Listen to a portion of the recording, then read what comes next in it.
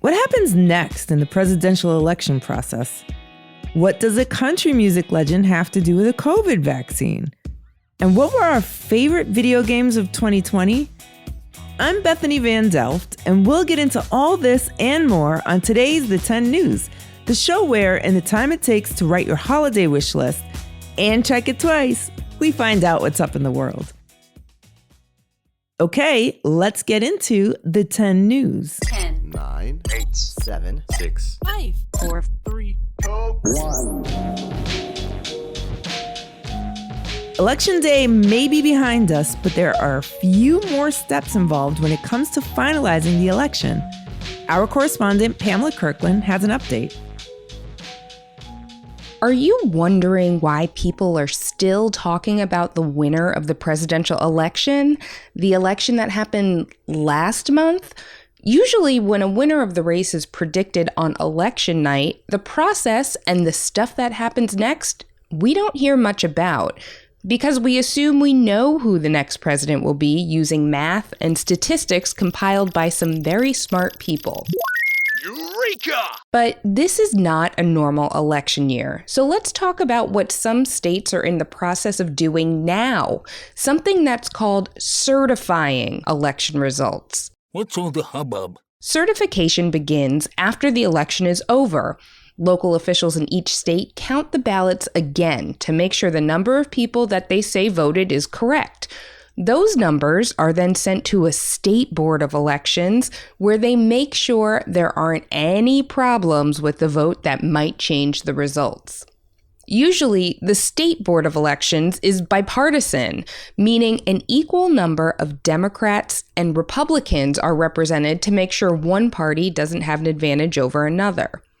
Every state has a different process for certifying results that involves different kinds of officials, but what happens in the end is the same. Once the certification is final, it goes to the governor of the state, where their office makes a special certificate to report the popular vote, or the vote of the people in their state, to the government. And voila, the election results are officially certified.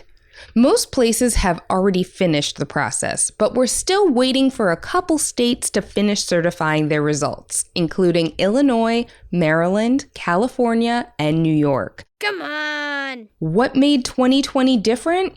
Well, there had been an effort this year to stop some states from certifying their results by saying the vote count was wrong.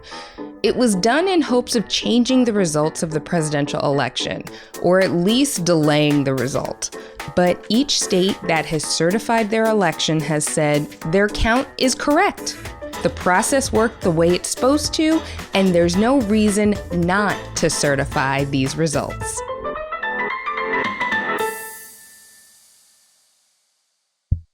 Hey grown-ups, are you and the family enjoying the 10 News? If so, could you please do us a big, big favor? All you have to do is go to Apple Podcasts and give us a rating and a review, hopefully 5 stars, but no pressure. You don't even have to stop listening. You can do it right now. Don't worry, I'll wait.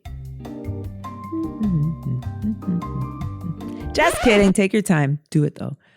It may not seem like a big deal, but it really helps other listeners find the 10 News so our community can grow. Thanks again for listening. We really appreciate it. 2020 has been a crazy year for people all over the world, but some cool things happened too. So, as we close out this year, let's take a look back at some of our favorite things from 2020, because who doesn't love ending things on a positive note? Yeah! This week, we're sharing our favorite video games of 2020. It's the 10 News Top 10. Dreams.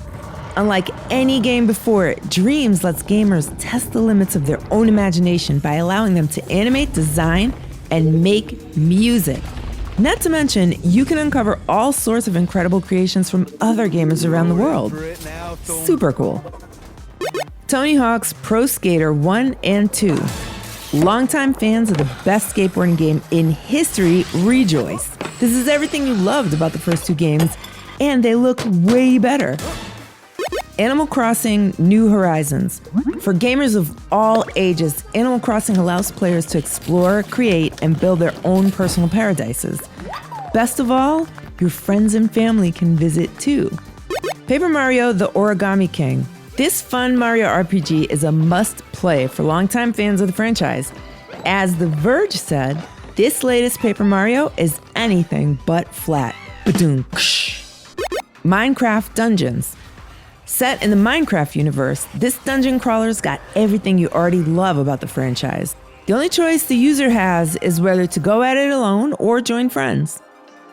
Stick around till the end of the 10 to hear the rest of our list. Sometimes help comes from the most unexpected places. Let's go to our correspondent, Anya Schultz, for the story of how the friendship between a scientist and a country music legend led to an impactful outcome. What do country music superstar Dolly Parton and the COVID-19 vaccine have in common? Actually, quite a lot. Let me start from the beginning. If you don't know Dolly Parton, she's an iconic country music singer, songwriter, composer, and actress. She's a tiny woman, only 5 feet tall, with big blonde hair, an even bigger personality, and a decades-long career spanning music, television, and the movies. Oh, you like that one? I did like that one, yeah. I was actually still thinking about it. Paint a picture, though. Yeah. She even has her own theme park called Dollywood in her beloved home state of Tennessee.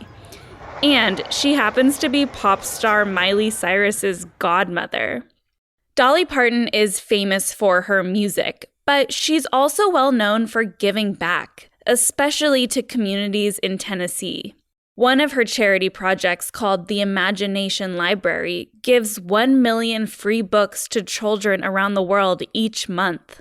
Cool. Back in 2013, Dolly Parton was in a small car accident. She was okay, but she went to the hospital at Vanderbilt University in Tennessee to get checked out. She saw a doctor named Naji Abumrad. Dolly Parton and Dr. Abumrad got along really well, despite their different lives. They actually became really good friends and stayed in touch. Fast forward to this year. Back in April, Dr. Abumrad told Dolly Parton about the work that his university was doing on developing a vaccine, and Dolly Parton decided to donate $1 million to support the research. Now, there's exciting news about the vaccine that Dolly helped support. It's nearly 95% effective. Awesome. When Dolly Parton heard the news about the vaccine, she tweeted, "When I donated the money to the COVID fund, I just wanted it to do good, and evidently it is. Let's just hope we can find a cure real soon. Thanks in part to Dolly, we're closer than ever."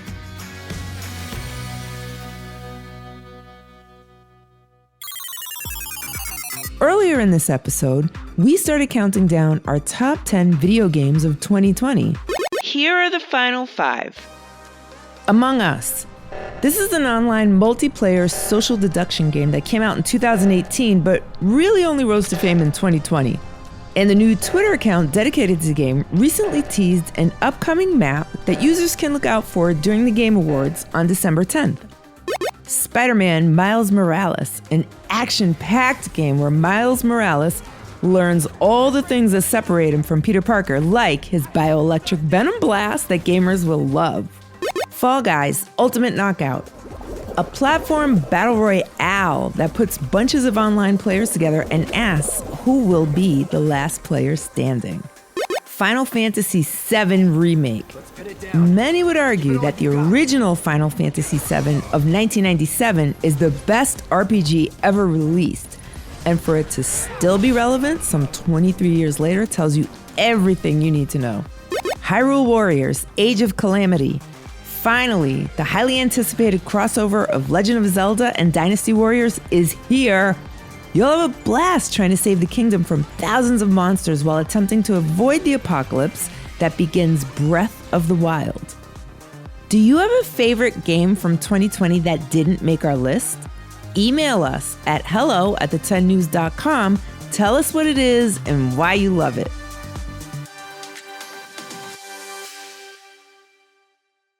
Hi, my name is Elliot Camille. It's time for your trivia question of the day. In what year was the very first video game introduced? Was it A, 1980, B, 1972, or C, 1958? Did you guess it? The answer is C. A nuclear physicist named William Higginbotham created an electronic tennis game he called Tennis for Two way back in 1958. It was introduced to visitors at the Brookhaven National Laboratory in Upton, New York during the lab's annual Visitors' Day. Some argue that because Higginbotham's game technically uses oscilloscopes, a kind of electronic test instrument, and not video, it should not be considered the first video game. But you gotta hand it to him for creating a game that let two players control a movable ball on a screen. That was something no one had ever done before.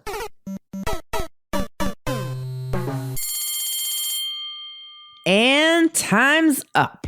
That's the end of the 10 for today. You can catch new episodes on Tuesdays and Thursdays. The 10 News is a co-production of Small But Mighty Media in collaboration with Next Chapter Podcasts and distributed by iHeartRadio. The 10 News writing team is led by editorial director Tracy Crooks, with contributions from Anya Schultz, Stephen Tompkins, and Pamela Kirkland. The creative producer is Jenner Pasqua. Marketing is led by Jacob Bronstein, with social media and web support by Stephen Tompkins and Adam Farr. Editing and sound design by Pete Musto, under the production direction of Jeremiah Tittle. Executive producer Donald Albright and show creator Tracy Leeds Kaplan round out the team. If you have any questions about the show, a story idea, or a fun fact you want to share, email us at hello@the10news.com. I'm Bethany Van Delft, and thanks for listening to the 10 News. Now, go Google oscilloscope. You'll be even more impressed as someone turned one into a gaming console.